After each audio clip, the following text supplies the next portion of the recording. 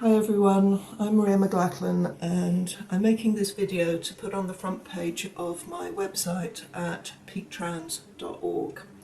That's a site I decided to create after I was assaulted at Speaker's Corner in London by 3 young male trans activists in September 2017. Now, when I use the term trans activist, I'm talking about anybody who promotes transgender ideology, whether they describe themselves as transgender or queer, non-binary, trans ally, whatever. And by transgender ideology, I mean various unbelievably silly, unsupportable and potentially harmful ideas that flow from the preposterous core tenet that someone born male can actually be a woman or even female, and vice versa for someone who was born female. Obviously, not all trans people go along with these falsehoods. Many are far too intelligent and honest, whereas trans activists tend to be irredeemably stupid or dishonest, usually both. In the hours and days after I was assaulted, trans activists all over the world were doing two things. Firstly, they were rejoicing. It's amazing how many men who claim to be women were applauding and celebrating male violence against a much older woman about whom they knew nothing except that I was 60 years old at the time and that I was waiting to attend a meeting about proposed changes to the Gender Recognition Act. That's what the trans activists called a TERF meeting. And once they label something as TERF or someone, then that justifies disruption and violence. And when they claim that the word TERF is just an acronym for trans exclusionary radical feminist and not a means of dehumanizing people, well, that's an illustration of their stupidity or dishonesty or both. Now, the other thing that they were doing was circulating false accounts of what happened, accounts that positioned me as being deliberately and aggressively provocative, as being the instigator, even the perpetrator, rather than the victim of the assaults. In the days that followed, I saw tweets and posts all over social media suggesting that I was a violent bigot, a fascist, a Nazi, even a sex offender who deserved to be assaulted, and worse. That is trans activism. It's not trans rights activism.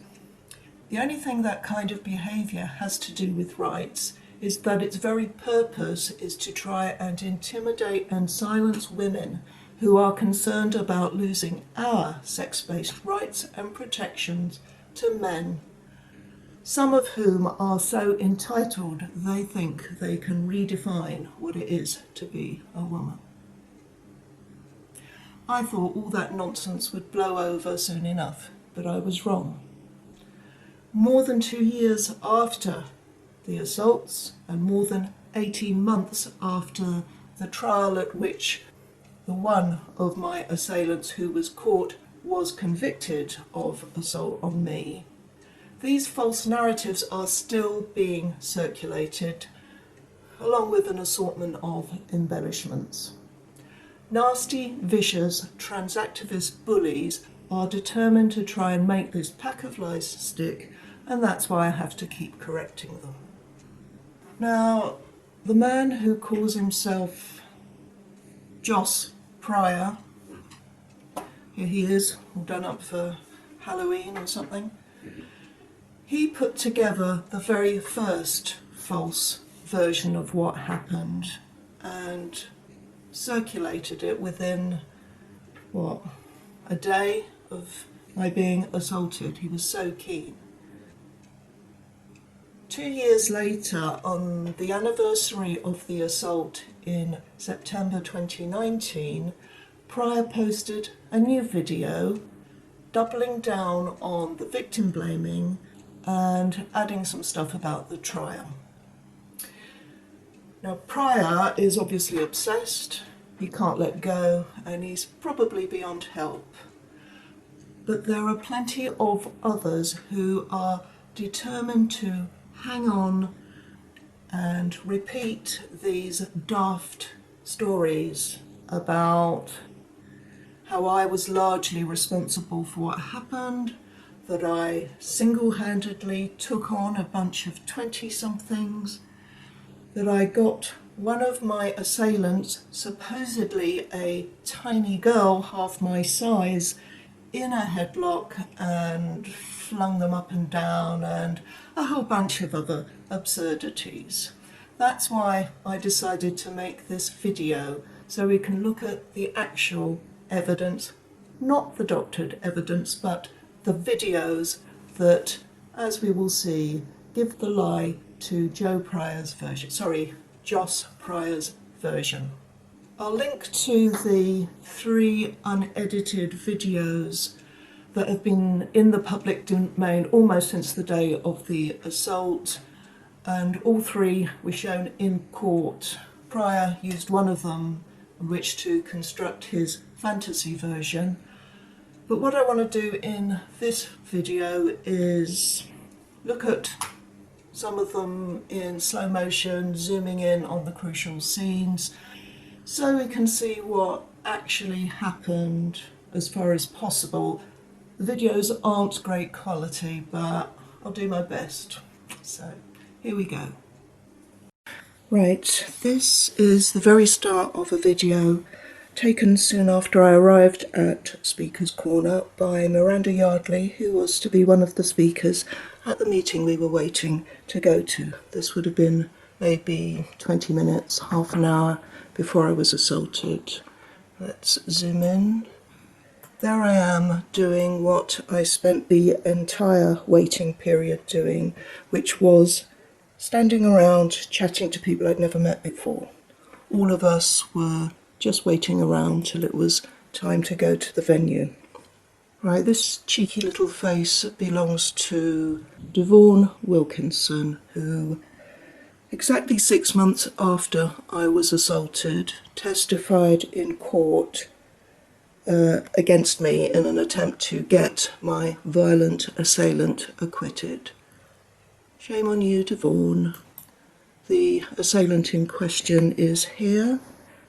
At the time he went by the name of Tara Flick Wood. He was convicted of my assault under the name Tara Wolf. Like many criminals, he possibly has any number of aliases. Let's take a look around. Now this man goes by the name of Laurel Uziel. That's Laurel, not Lawrence Uziel. And he was another one who testified against me in court in defence of a violent thug. Have to wonder how you sleep at night, Laurel. Terrible lipstick, by the way. Now in this frame we've got Ananya Jayadev, another defence witness. I'll say more about her later. And here again is Tara Wolf. His accomplices, neither of whom were ever caught, are also in the frame. This is the guy who, as we shall see, wrested my camera from me and smashed it. Tara referred to him as his girlfriend in court. I had to wonder why he chose a girlfriend with such big feet and huge Adam's apple. And this man, is it a man? It's hard to tell, isn't it? Well, whatever he or she is, hit me in the face. We don't know his name, and the police referred to him as Ponytail Man. Perhaps they should have called him Fagash Lil or something. Now, according to the 4 defence witnesses, during this period of waiting around, I was going around with my camera, shoving it in people's faces and abusing people. Of course, there's no evidence of this. Strange as it may seem, not a single person managed to capture any footage of me behaving in this obnoxious manner. I have to wonder how they live with themselves. 4 young people, under oath, gave a false and unsupportable version of events to defend a violent male who had assaulted a woman who'd done nothing to him, to them, or to anyone else. Back then, I had never blogged about anything to do with trans people or transgenderism. I'd never spoken at a public meeting. I'd never even been to a meeting on this topic before. This was to be my very first meeting, though I've been to quite a few since. These trans activists, including the 4 defence witnesses, obviously, are not decent people who care about women's rights. They are a nasty, pro-violence pseudo-cult. In fact, this is what was happening during that time. I was standing well away from these people. Miranda was filming the scene. Devon Wilkinson was getting in Miranda's face. Let's watch with the sound up. You're doing this to a transsexual. You're doing this to a transsexual. That is amazing. You're silencing a transsexual. I'm not silencing you. You keep... Transmisogyny is a made-up word. Thank you, Miranda. Miranda's a transsexual, by the way. Before we leave this scene, take note of the height of Tara Wolff's partner.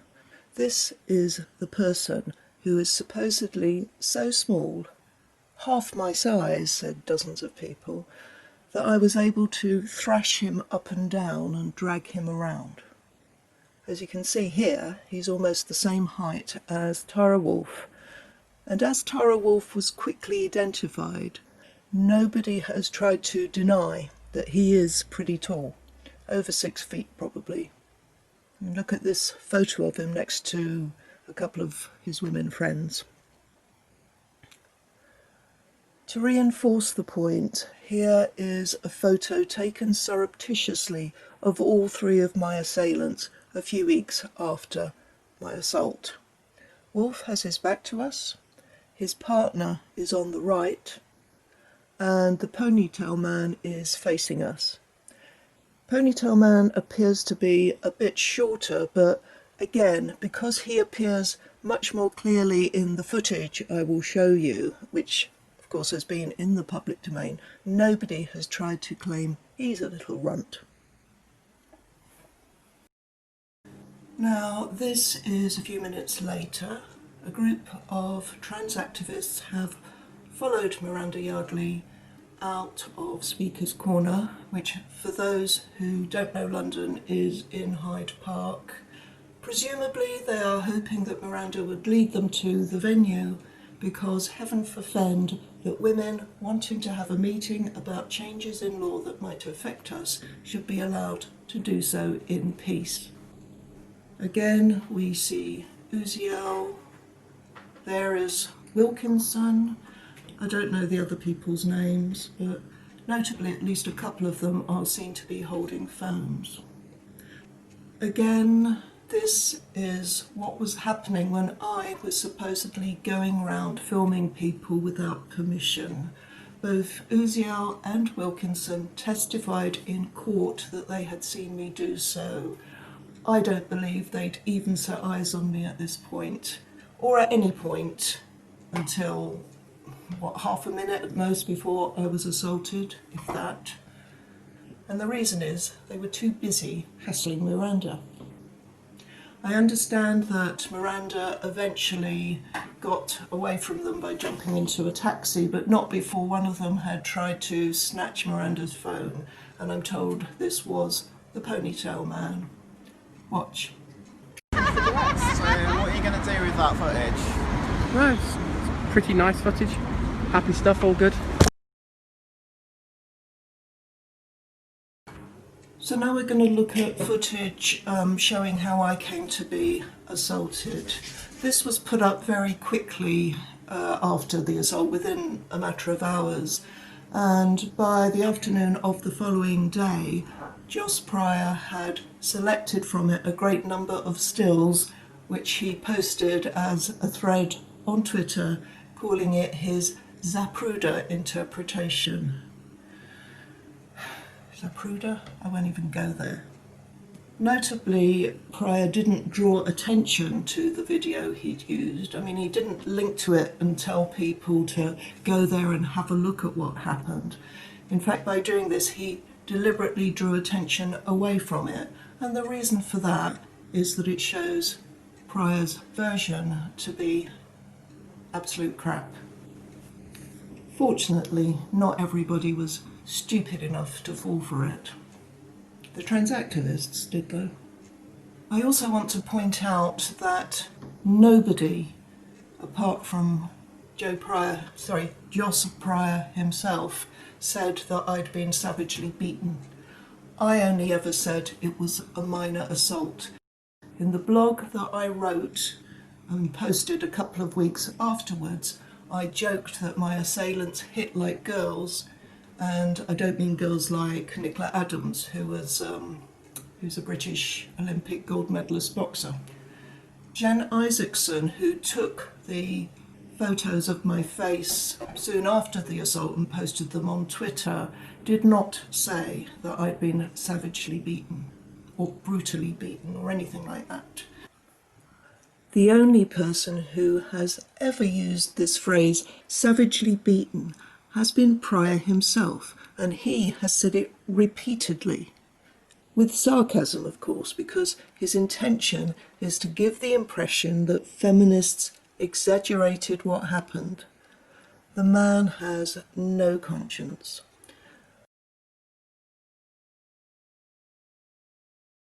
Right, this is a little bit later. Miranda has now gone, and the trans activists have come back into the park and joined their comrades, and they're all standing several metres behind me. My camera, which had stayed in my bag the entire time up to this point, is now poised and ready to film Julia Long, who had got hold of a megaphone from the organiser because she wanted to sing us a song. But just at the moment she put that megaphone to her lips, the trans activists started yelling loudly. Presumably they thought she was going to make a speech, and of course they had to shout and drown out her voice, because drowning out voices they disagree with is what they're all about. Let's press play. Right, this is slow motion, obviously. Laurel Uziel walks towards Julia. I decide to film his mate, so I swing round and start walking towards them. At this point, I'm going to splice in a tweet from Joss Pryor's false narrative. Here we see Maria moving towards a trans group to get in their face and film them.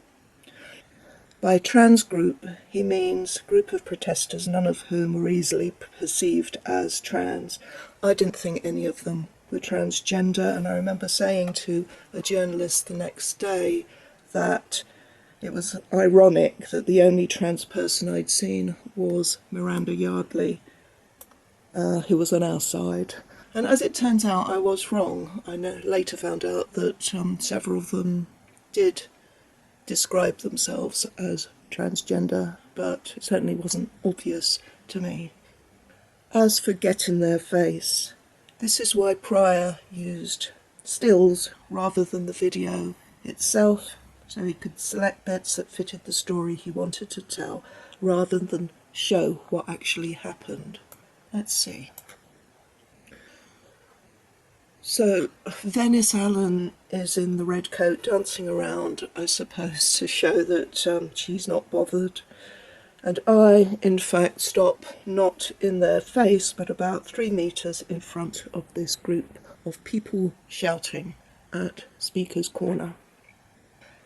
Meanwhile, Uziel is getting in Julia's face, like the entitled brat he is. Fortunately for him, none of those he's harassing thought he deserved to be physically attacked. Obviously, I'm out of shot here. Let's see what Joss Pryor said. Here it is. When she comes back into shot, she can be clearly seen, still videoing and goading a trans group. This suggestion that I'm goading a group of trans people is, of course, an important part of the victim-blaming narrative Pryor is intent on promoting. It's about damage limitation. She was goading them, so she deserved it. Here's another example posted over a year later by an anonymous coward and unbelievably nasty tweeter who calls himself Anarchic Teapot.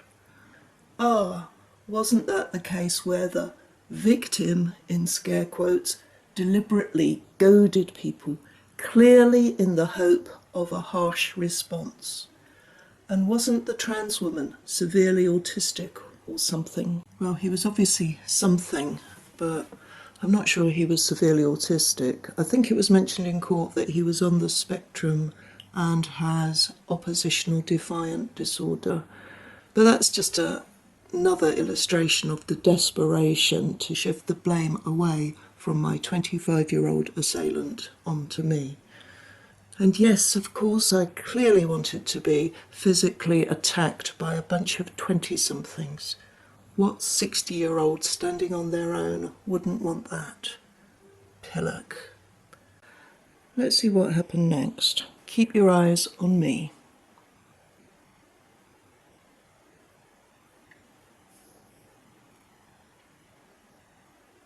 There he goes.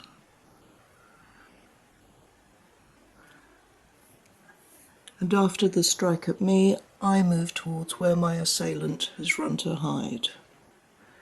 Now I'll stop right here and put up the very next tweet that Pryor posted after the one that said she's still videoing and goading a trans group. Now he says, still filming, still goading. She goes closer towards a group of trans protesters. This was after Tara Wolfe had run out at me and swatted at my camera. That was the first attempt to smash my camera, but it failed because the camera was caught on a loop around my wrist. But that was the incident that set everything else off. Pryor leaves it out of his so-called Zapruder interpretation. He doesn't mention it. He pretends it never happened. And this gave rise to the allegation I've seen dozens of people make. Here are just a few examples, that I marched without any provocation into this mob of protesters and stuck my camera right in their face. We'll watch the footage again with the sound turned up at normal speed. Yeah.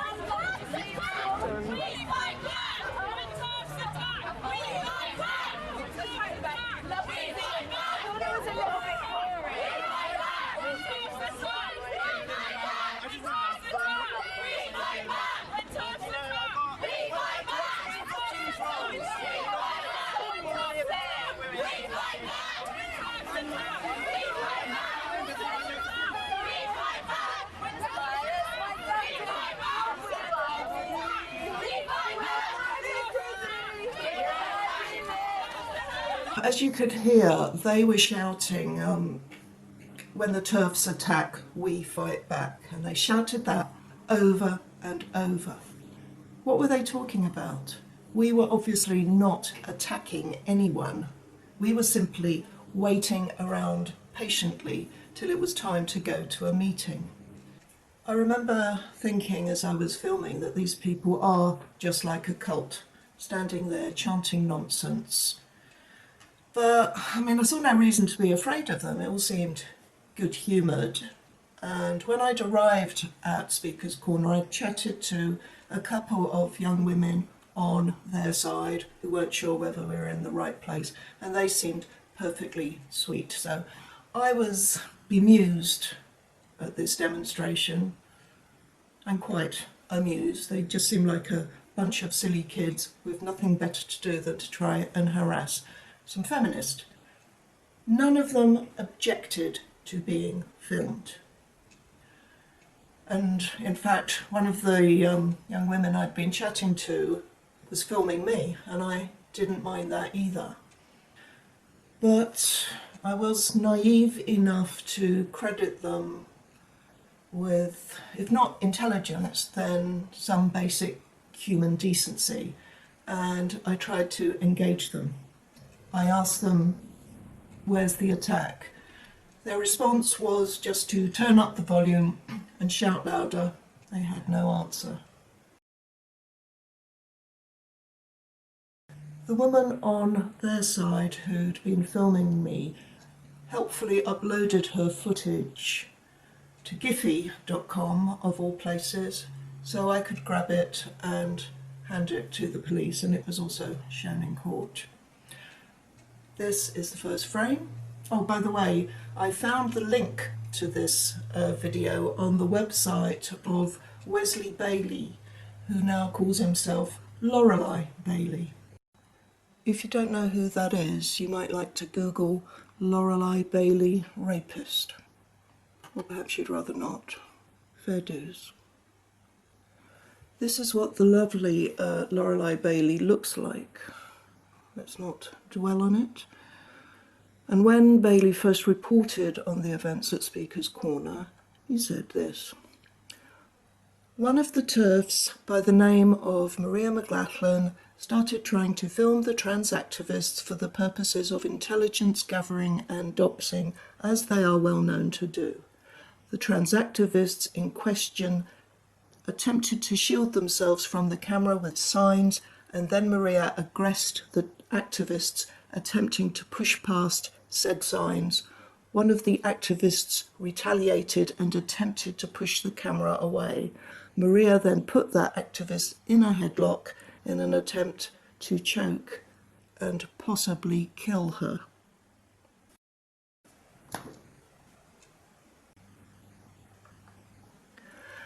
The activist then rightly engaged in community defence and engaged Maria until she let the other trans activist go.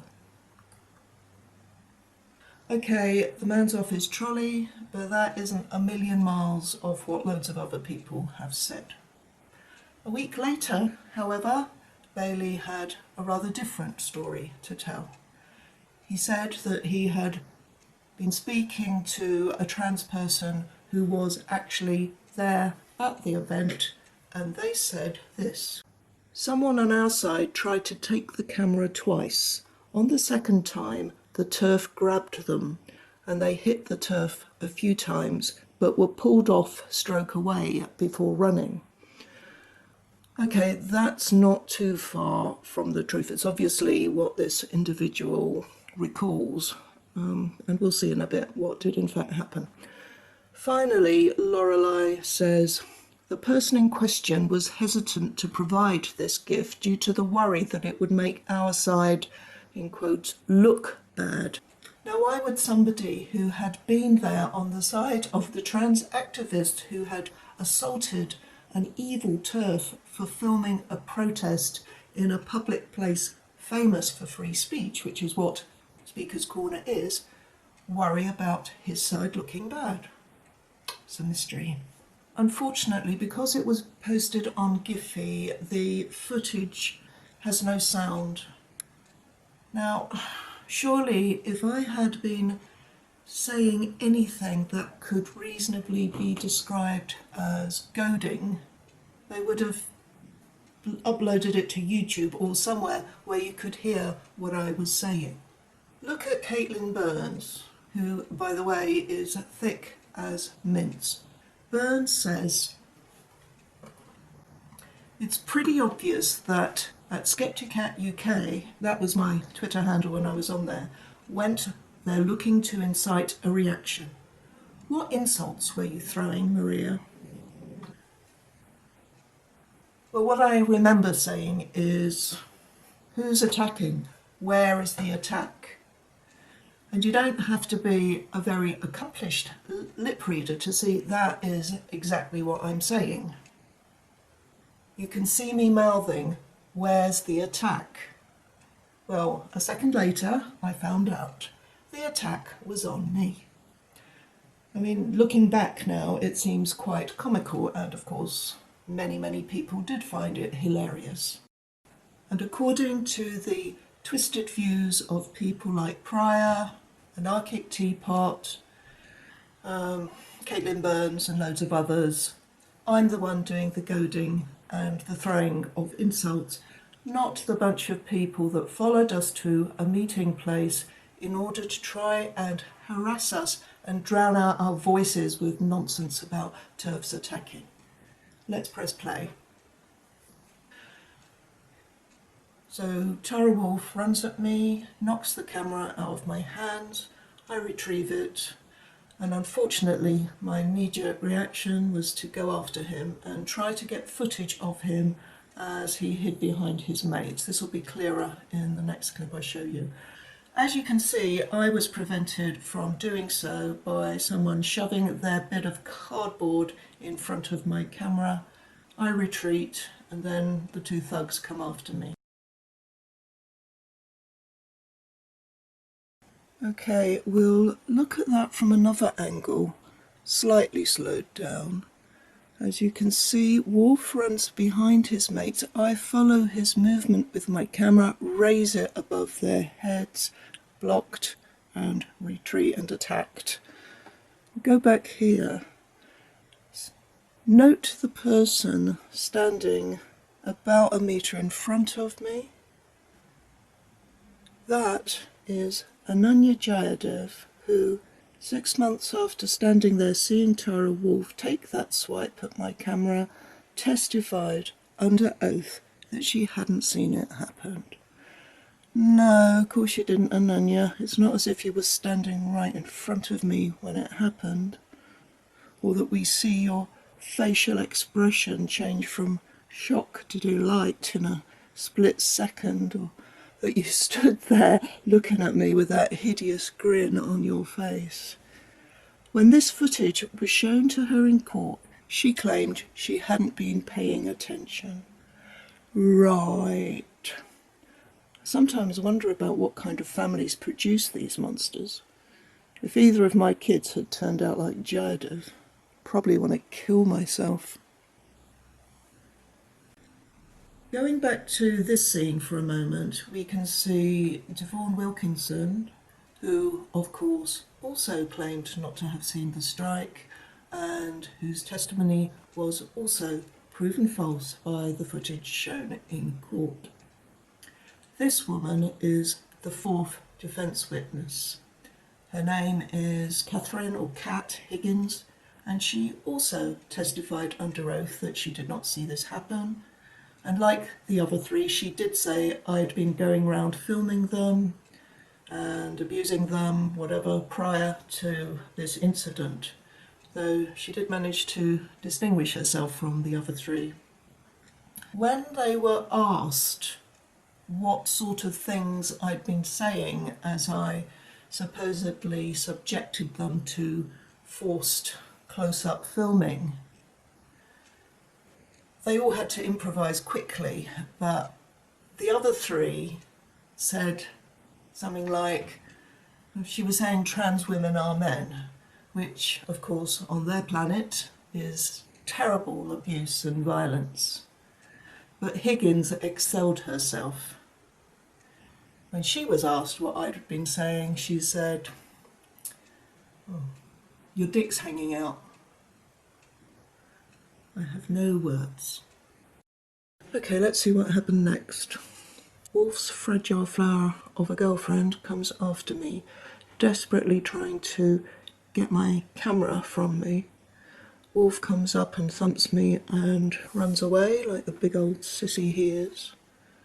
Initially, some people thought I was being attacked by 4 trans activists, but this is actually feminist hero Helen Steele, who, on seeing what was happening to me, gave no thought to her own safety, but instinctively put her arms around me to try to protect me. I wasn't sure what was happening, except that this guy was trying to steal my camera and I was desperately trying to hold on to it. So, unfortunately, all these people start getting in the way of the camera. There's Uziel. This is the point at which he starts seeing things. Now, several of these women, I think they are involved with the handmaids group Sisters Uncut, did appear to be trying to stop the attack on me. And Ponytail Man now turns on one of them, pushes her, and, well, let's say he loses touch with his feminine side, assuming he thinks he has one. See him aggressively striding towards this small woman, showing her who's the man and forcing her to retreat.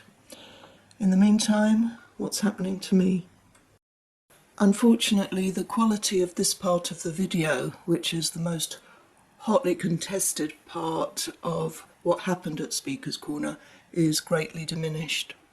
We can see that Uziel, Higgins and Jayadov are watching Ponytail Man, who's distracted from helping his mate attack me, and turns to attack the woman on his own side.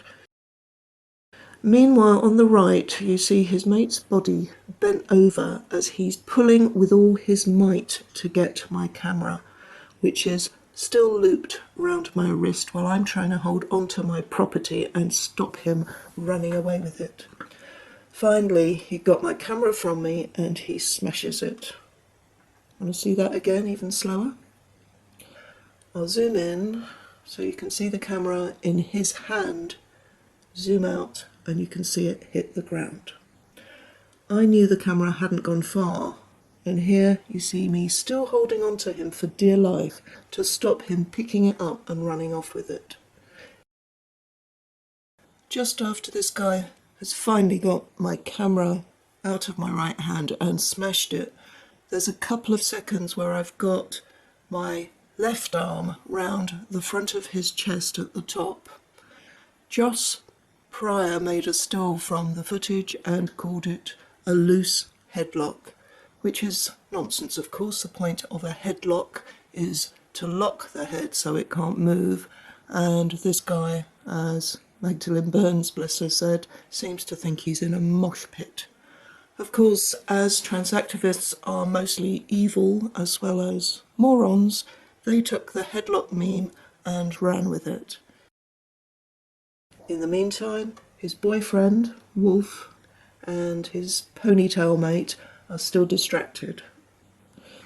Uziel and Jayadov, who together with Kat Higgins, who's out of shot, all swore under oath that they saw me get the thug who you just saw smash my camera in a headlock, and they got that idea from Joss Pryor, probably by way of Andy Minker, who was Wolf's legal advisor and another nasty piece of work with no conscience. As the judge pointed out, this footage, which is the only footage that shows anything of what happened at this point, does not show me getting anyone in a headlock. Here we see that I am holding onto the thug's clothing while he is thrashing about trying to get loose. His big feet never leave the ground except to heel kick me, and then Tara Wolf comes over and thumps me twice. Oh look, there's Uziel doing something decent for once. Remember, you can watch the whole of this video unedited and at normal speed via the link below. Now, where is Ponytail? Here he is. It's a shame you can't see him punch me in the face. It wasn't a hard punch, and he kicked me a couple of times, and I somehow lost balance and ended up on the ground. And as I remember it, that was the only point that I felt scared that I might get badly hurt. But the three cowards ran off, helped by their mates, and here I am getting up.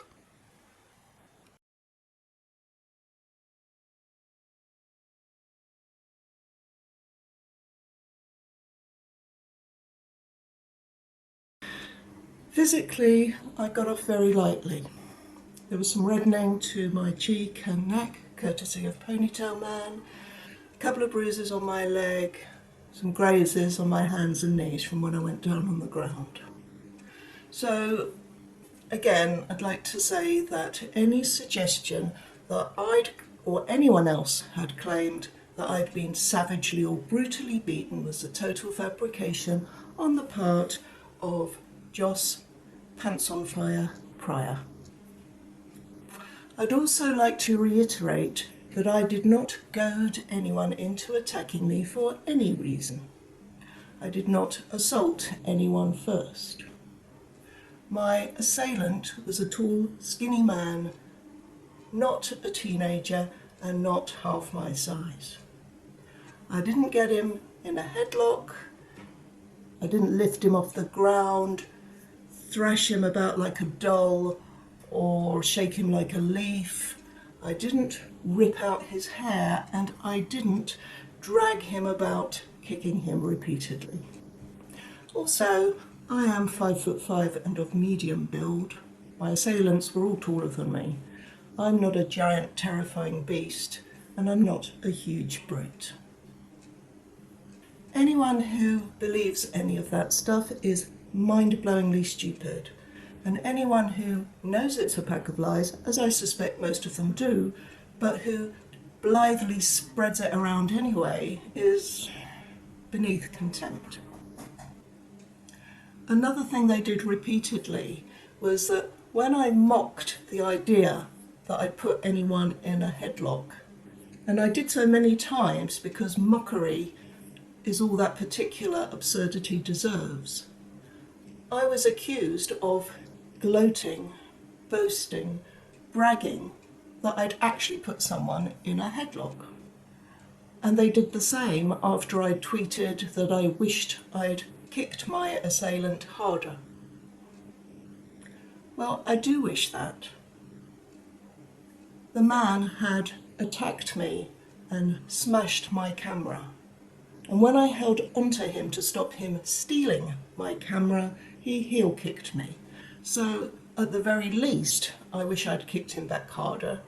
But I wish to goodness I'd had my wits about me when he first attacked me to poke him in the eye, or punch him on the nose, or knee him where it really hurts, because, like it or not, even women have the right to fight back when we are physically attacked, especially by men.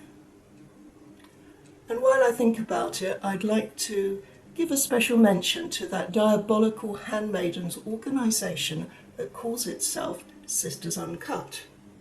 How dare they call themselves feminists who are opposed to violence against women when they supported a violent male assailant and defamed his female victim? I think they should call themselves Sisters Unhinged or something. Now, going back to when I was on the ground, when I got up, I was shocked, trying not to cry, but determined to put a brave face on it. I looked for my camera, it was nowhere to be found. So I went over to where the remaining cultists were still standing around and demanded its return. Laurel Uziel said he was sorry about what had happened to me, but that my assailants didn't represent the rest of them. He also said something about trans people committing suicide. No idea what he thought that had to do with me, or why it justified him and his cronies following a bunch of women to a meeting place, shouting at us, harassing us, and assaulting us.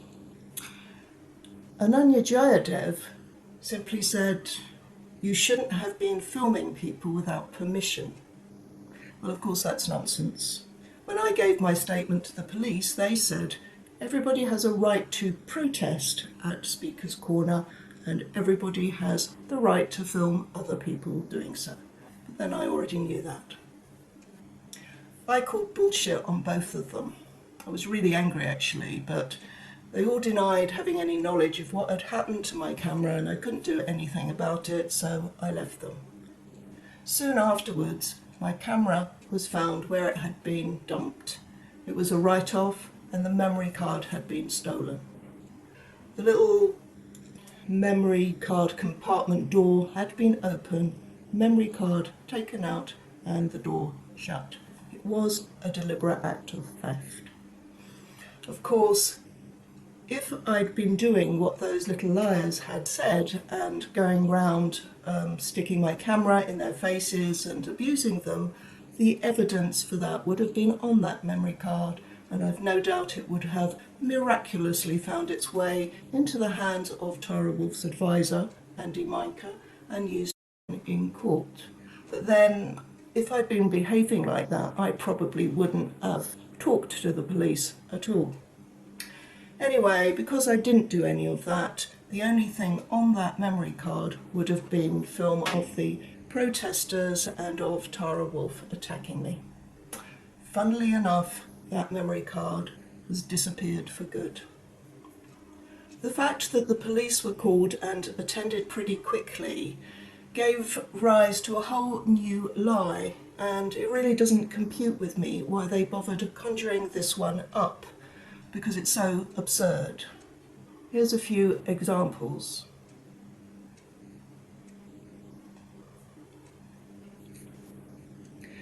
Did they really think that a couple of duty police officers who'd been called because a bunch of people had seen me being assaulted and ending up on the ground, did they really think those officers would say, nothing to see here, nothing to investigate, as you were, or you were punched in self-defence, madam, or if you pursue this, we'll arrest you?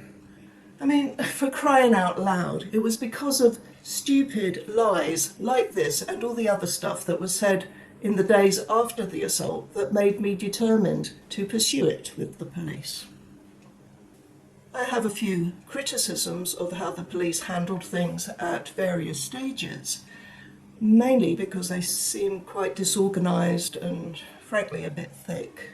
But at no time did they not treat this as a serious and justified complaint.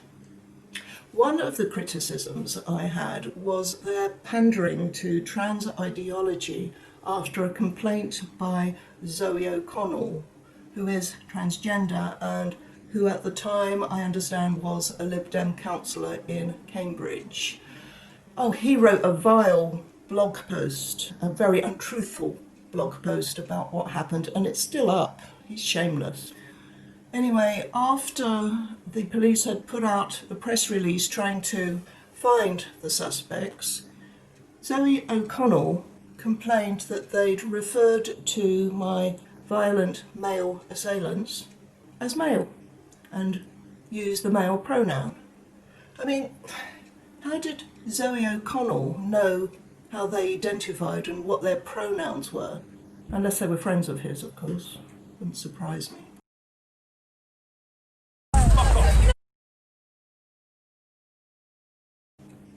And while I'm on the subject of pronouns, I don't really expect any trans activists will watch this video, but if any do, they will no doubt be incensed at the violence of my using pronouns relating to sex rather than the preferences of the people who appear in it.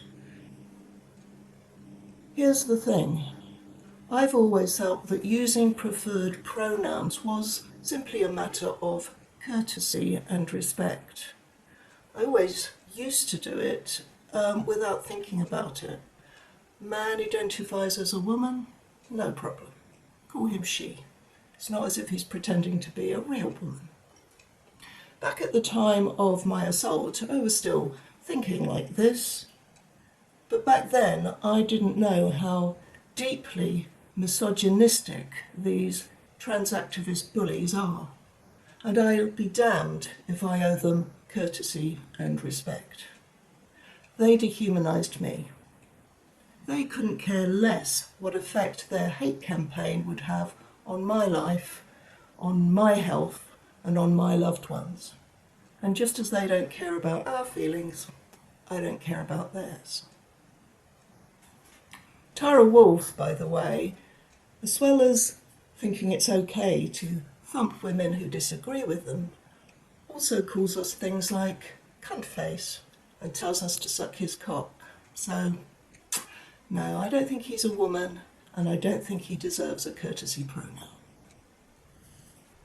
I want to say that I've written very extensively about what has happened at Speaker's Corner. I posted my full account of what happened a couple of weeks after it did, and after the trial in April 2018, I wrote 2 blog posts, one for each day, giving very full details, including the 3 reasons why District Judge Kenneth Grant refused to compensate me.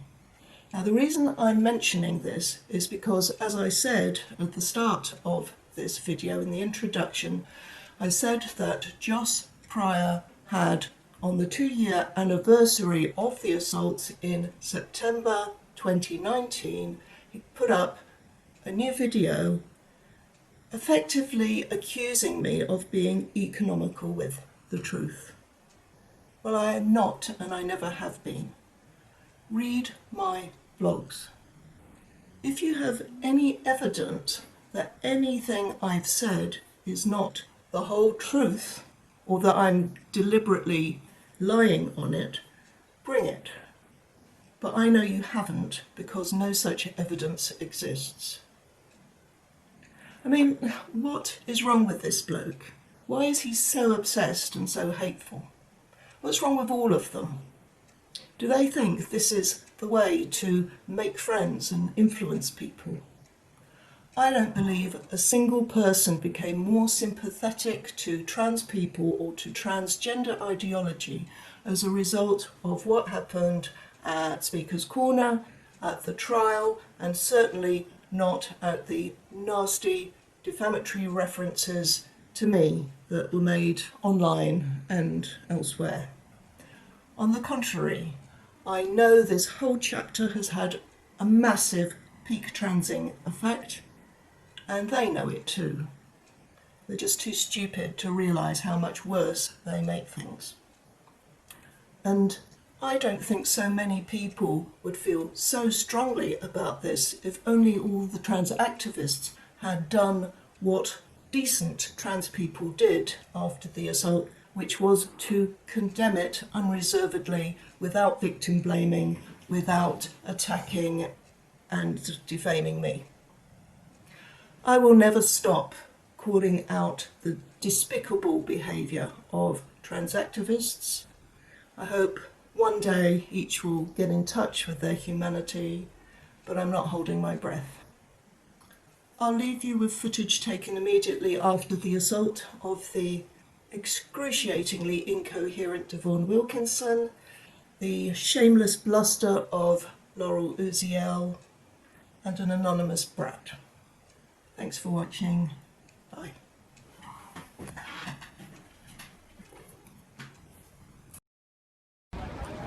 So, have you got a problem with me filming it? No, you can film my fucking face, it doesn't matter. Hello, when TERFs attack, we fight back. Thank you. Okay, but how are we attacking? In what way are we attacking? You guys are... In what way have we attacked you? We are not a homogenous group, everyone here is self-organising, so I don't take responsibility for anything that happens other than right here. Okay, so tell me, when you say you fight back when TERFs attack, how are we attacking you? By no platforming you. How are you attacking us? Yeah. I've had almost every single fucking member of this group walking up to people here. I've never even spoken to you before. I don't understand. We fight back. TERFs attack. We fight What's the back. purpose of filming me? Other than to identify me. You came up to me and you said you can film my face if you want to. But why are you filming me? Because you just asked to be filmed. When TERFs attack. We fight back. When TERFs attack. We fight back. When TERFs attack. We fight back. Her back. I held someone who, from ISI back. I really do Okay, not so condone that. who was it? Who was it then hit? I'm not going to get dub anyone in, because like we should both What, so be you think against it's the okay laws. for men to hit women? Beside you, saying you're gonna get it again if you keep Look. A few of us. And you're shouting who protects the purse, police to protect the purse yeah. from male violence. Well, that wasn't a mum for a start. Look, It's not okay to hit people. have I done that? Have I condoned that? But you're just protecting someone who did. Not protecting. I pulled her away. I don't want anyone to get I don't care. If you're a piece of shit, I'm happy for them to hit her. I'm happy for them to hit her. Really? Yeah, if they're a piece of shit. Do you want to tell the police that you're inciting violence? Should I just get No, you tell them, go.